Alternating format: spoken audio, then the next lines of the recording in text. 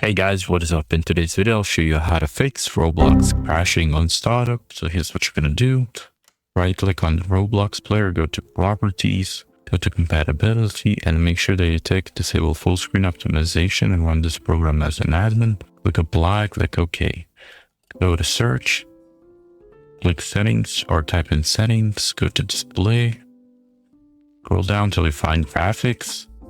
Now go to the search list, type in Roblox. If it's not on the list, you want to add it from the desktop. Now find it on the desktop and add it. Now type in Roblox. And you want to expand this and put it to high performance. After doing this, you should restart your PC and then the Roblox should work properly. Now if that doesn't work, what you can do is go to search, type in Xbox. Open the Xbox app and then search, type in Roblox, and you wanna install it to the Xbox app and then it should work properly. That's it for this video. That's how you fix Roblox crashing on the startup.